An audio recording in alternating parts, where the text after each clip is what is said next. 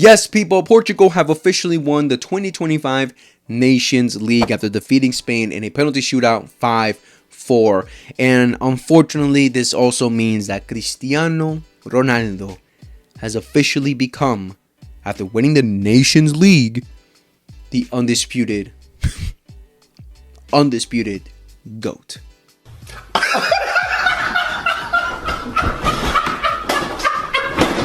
Yeah, no. Let's calm it down a bit. Let's calm it down. Calma. Like LAMINE celebration. Calma.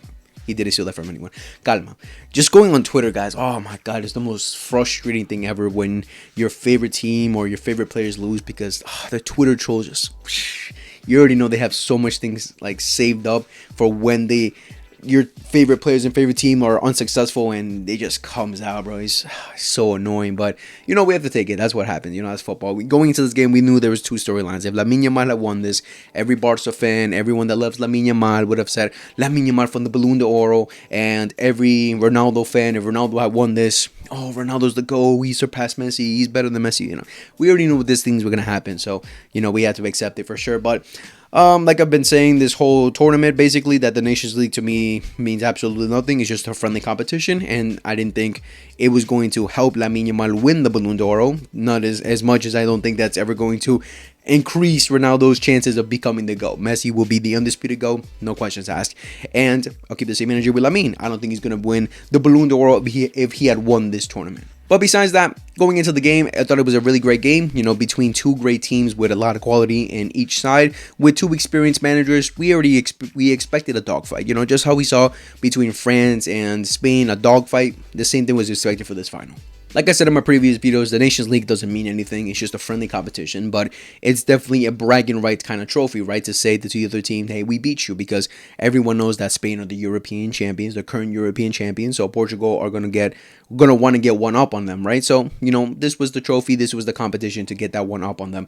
It was definitely a great game between both teams. I wouldn't have said that either team fully deserved it. I think it was a pretty 50-50 match, maybe 55-45 with Spain a little bit. I think Spain were a little bit better, but Portugal at the same time responded very well, and put up a fight as well. And in the end, it came down to a penalty shootout where, again, one team had great penalty takers, 0-5 scored, and then one team had a bum-ass striker who's wearing the armband, who comes late into the game, and he takes that kind of penalty. Like, every single penalty before his was spot on perfect, and then this guy comes on and just ruins it all.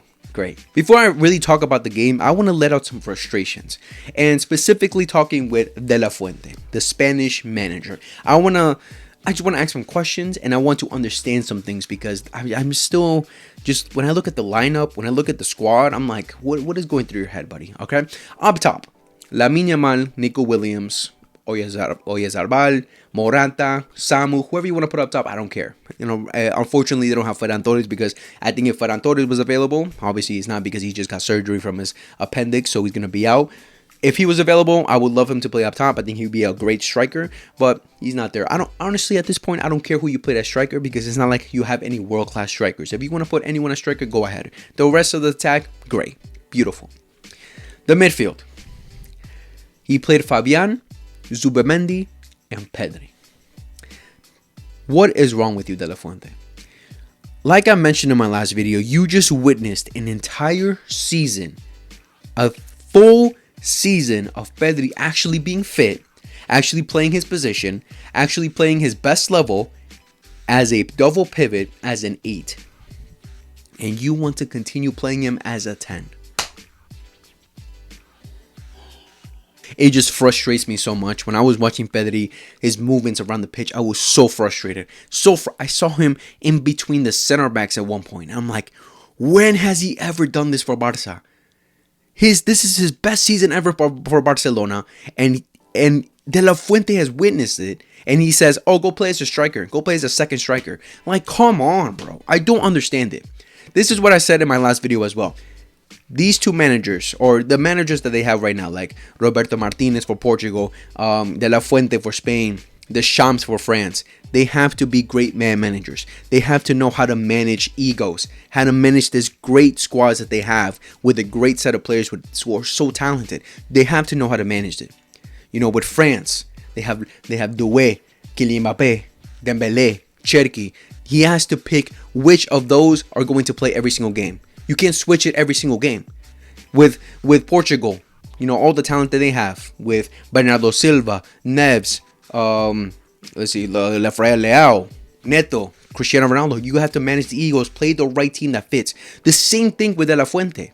You have a great set of midfielders. Obviously, Rodri's the only one that's actually missing, because if Rodri was available, he'd be number one. But Zubimendi's been incredible since he's been filling in as a City role, so I have no problem with him. Play him all you want.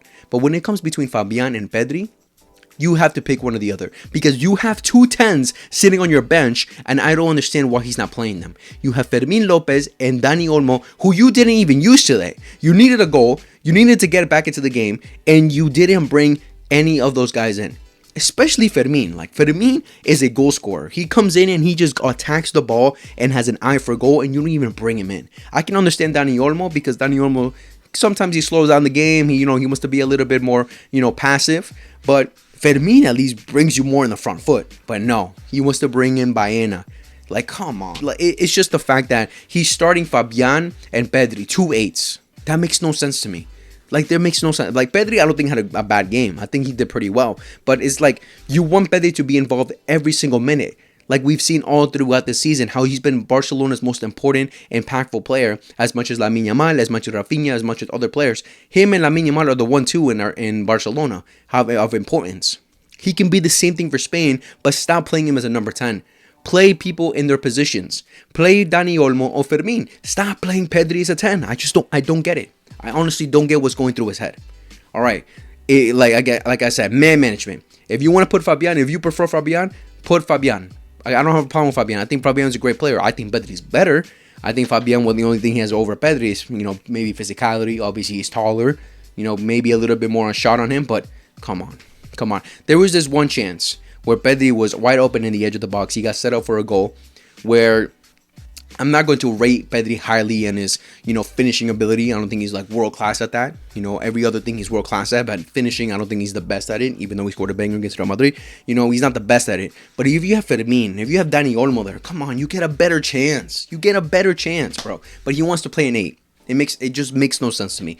Just stop doing that, De La Fuente. Like, pick a 10 that's actually a 10. When it comes to defense, the goalkeeper, Unai Simón, I have no problem with. He's a great goalkeeper. He's actually stepped up so much for Spain since he's joined Spain, so I have no problem with him. When it comes to the fullbacks, Cucurella and Mingueza. Mingueza's a bum. Never play him. Please, never play him. Like, he's so bad.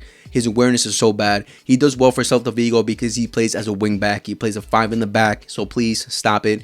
Play Porto if you have to, because when it comes to when it comes to right backs, it's not like they have many options, right? Like, Dani Carvajal will probably be the main guy, but he's obviously injured. So maybe you call up Eric Garcia, but I wouldn't blame him if he didn't want to put Eric Garcia there either, because I don't think Eric Garcia is a proper right back either. So when it comes to the right back, play Porto. Please don't play Mingueza. Don't experiment with Mingueza. He's just not good enough. When it comes to the left back, I truly don't understand why Balde has not been called up once from De La Fuente. What is wrong with you? Like, honestly, what is wrong with you? Balde has come, again, another player who had a great season with Barcelona. And I'm not saying this because I'm being Barcelona biased, because I'm saying when you're thinking about left backs, the greatest left backs in the world right now, the best left backs in the world right now, you think of 3 players. Nuno Mendes, maybe Balde, and I actually don't know I don't know why I said 3. But those 2 you definitely think about. Balde and Nuno Mendes, right? 2 of the best left backs in the world. Why is he bringing Cucurella in? Like, what has he done with Chelsea that's impressed you? All right, he had a great Euros. He stepped up in the Euros. Great. But I can assure you that Balde can do better, especially going forward. Imagine Nico Williams and Balde. Oh, my God, bro. I wish that could be at Barca, but you could have that at Spain, and you're like, no, let me put Cucurella there, who's more a liability defensively, and going forward, he lacks. All he does is overlap. When you give him the ball, he just passes backwards. If he has no option, he passes backwards. He's not going to take on your defender. He's not going to take on anyone. So, like, but what's the point? Bring out Balde. I truly don't understand how he's not called up Balde once. But okay. Or at least play Grimaldo. But I can understand not playing Grimaldo, because Grimaldo, again, another player like Mingueza who plays more as a wing back rather than just a proper left back. Okay, I can understand that, but Cucurella, I don't understand. When it comes to the center halves, I wanted Pau Cubarsí to play, but I can understand why he didn't play Pau Cubarsí. He maybe didn't want to have, 2 youngsters playing there, like Huijsen and Cubarsí, 2 young players. He wanted to have some experience in there with Lenormand. which other any other center back that have, like, I really don't know who else. I don't know if Laporte is injured. I don't know. I don't think he got called up, right? But he obviously wanted to get some player in there with experience, which is Lenormand, which I don't rate at all. You guys know I don't rate Lenormand at all. I think he's mid. I don't think he's great at all. And Huijsen was way better than him in this game and in the tournament overall. So I can understand why he doesn't want to play Cubarsí and Huijsen, right? But I don't know why Inigo Martinez didn't get called up. Like, that was another confusing thing to me. But I don't know if he's injured or something, but that's someone you definitely should call up. But when it comes to Huijsen, he's an incredible defender. Like, today, he had a great game. Against France, he had a great game. When he came in against Netherlands, he had a great game. Like, Real Madrid have bought themselves a gem here, and I can say that with, no hate, because I can recognize talent. I can recognize when I'm seeing a great player, and Huijsen is a great player. He has a bright future. He's very young. He's only 20, so he could definitely improve a lot more. And today he had a great game. He handled Ronaldo a lot. He knows how to step forward. He's very physical. He's very intelligent with the ball. His line-breaking passes is honestly amazing. And wow, like, this guy is a gem. And Real Madrid, they have to take care of him, and they want him to succeed. Hopefully he fails for Real Madrid and succeeds for Spain. Hopefully it happens like that, but unfortunately, with the player and talent that he is, he's going to do wonders for Real Madrid. I can tell you right now, I remember when Real Madrid fans were saying, Asensio and Cubarsí, oh, what a pairing. Yeah, no, Asensio's out of his now. It's all about Huijsen now. I can assure you that, but Huijsen's an incredible defender, and Lenormand, all right. Overall, it just comes to man managing. I really don't understand what De La Fuente is doing here. The substitutions he did today were so confusing as well. I understand. LAMINE YAMAL today, I can admit it, he had a bad game. He looked timid on the ball. He didn't look like he had any confidence. I genuinely don't know what happened to Lamine today. Obviously, he set up kind of the first goal for Spain where he crossed it in and goes all over in the box, and then it lands for Zubamendi. He hits it in. 1-0 Spain. Okay, cool. But besides that, you would expect more from LAMINE YAMAL, especially going up against Nuno Mendes, who's going to give you a lot of competition, which, by the way, Nuno Mendes had an incredible match today. There's generally gets man of the match. He gets a goal. He gets kind of an assist. He had an incredible match. He handled LAMINE YAMAL. I can say that with full confidence. I'm not going to sit here and lie and say, oh, no, it was even. No, Nuno Mendes handled LAMINE YAMAL today. As much as he also had help, like, he had people helping him out as well, because every time Lamine got the ball, there was 2-3 people, surrounding him.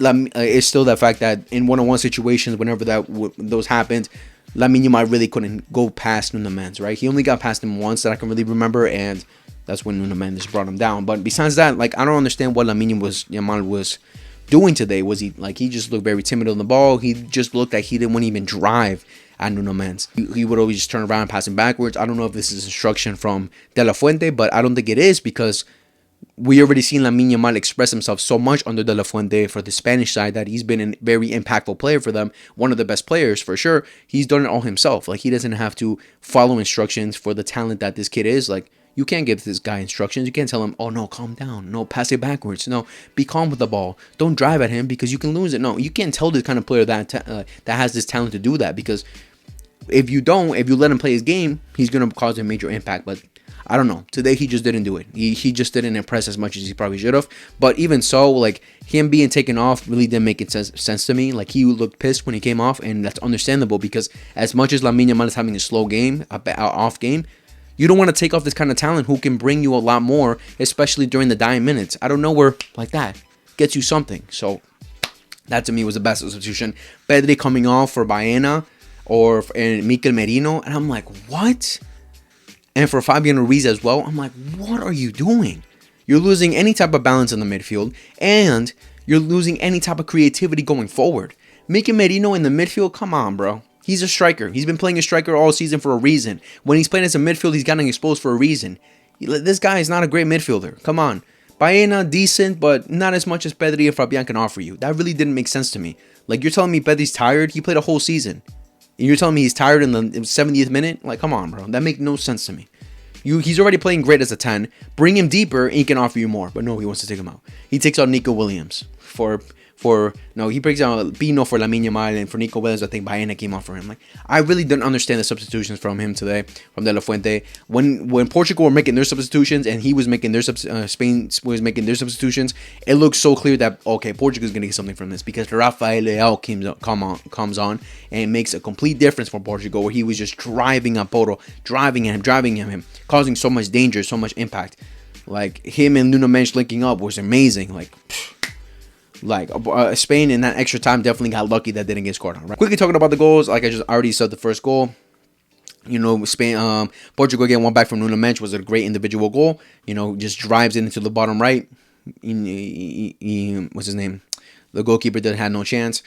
The second goal for Spain was from I forgot. Yeah, Pedri's pass to Oyarzabal, where he collects the ball, drives it forward, makes the pass to Oyarzabal, and Oyarzabal drives it past Diego Costa, and then Portugal get one back as well with Cristiano Ronaldo from a little deflections, pass, but the way that Nuno Mendes just drove past LAMINE YAMAL, Mingueza inverts and leaves all that space. Really didn't understand what he was doing there. Nuno Mendes just left freely open, makes the cross, deflects, goes in the air, and just lands perfectly for Cristiano Ronaldo. And just all he has to do is just tap it in. Like I already said about Cristiano Ronaldo, this is what he's gonna offer Portugal for right now. Like he's not gonna offer these one-on-one abilities, taking on players, taking on 5 players. He's not gonna offer that. His main job is to be the fox in the box, be that guy in the box to score you the goals, especially when in these situations where it's a loose ball in the air, loose ball on the ground, where all he has to do is just score it, right? Like we saw against Germany as well. So I'm not gonna fault them for that. And extra time, Portugal were all over Spain in that first half, the first 15 minutes of extra time, all over Spain. A potential penalty on Nuno Mendes, but a little dive for sure.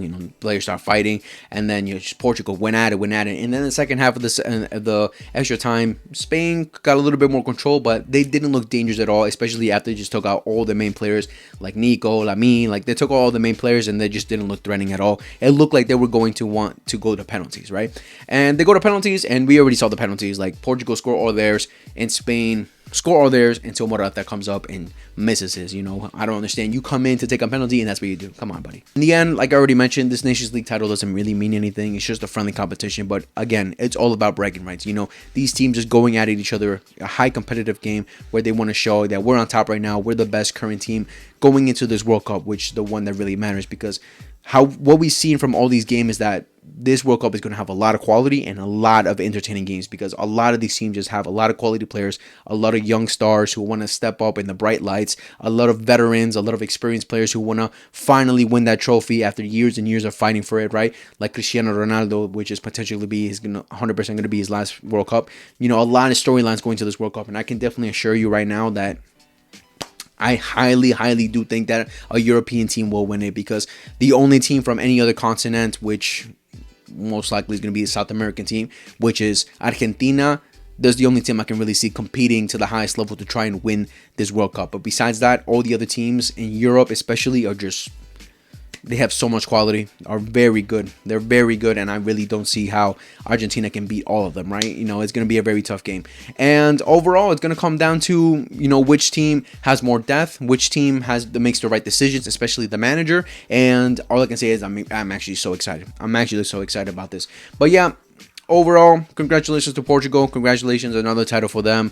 As much as this is like not a great title, another title for them to celebrate and, lift the trophy. Ronaldo, after the game, was tearing up, which I don't understand why, but it's a Nations League. But I guess it means something to him, right? It means something to Portuguese fans. But yeah, let me know what you guys thought about the game down in the comments below. What do you guys think about De La Fuente's substitutions? Because that really had me so confused. I really don't understand what he's doing with his life. Portugal, so much quality. Nuno Mendes, an amazing player. Let me give some credit to the Portuguese players, actually. Nuno Mendes, an incredible player. Bernardo Silva, I thought when he moved to the right, he was incredible. Bruno Fernandes, a great leader and a great player as well. Cristiano Ronaldo, doing what he needs to do. Rafael Leao came in, major impact, great player. Vitinha, João Neves, those guys are just so much quality. You can see how they play. Nuno Mendes and João Neves. João Neves plays as a right back basically, and then he inverts into the midfield as much as Nuno Mendes as well. They basically leave their 2 center backs behind a little bit, but they also drive back to help out. It's an interesting tactic. They try to overrun the midfield, but at the same time, it could be dangerous at times. But again, just the quality that Portugal have as much as Spain is just, we're going to see a lot more entertaining games for the near future. A lot of young players, and they're going to want to step up in the near future for sure. But yeah, overall, let me know what you guys thought about the game in general. What do you thought about the competition? How are your sensations of who's the better team in Europe right now? Who do you guys think is the best team in Europe right now? And again, what are your sensations for this World Cup? Do you think a European team has got it in the bag, or do you think the likes of Argentina, Brazil, Ancelotti, could definitely do something. But yeah, let me know all those things down in the comments below. Make sure to like, subscribe, favorite, hit the notification bell for every time we upload. Share to your friends that love football, and I'll see you guys in the next video, whenever that is. Much love, take care, and peace.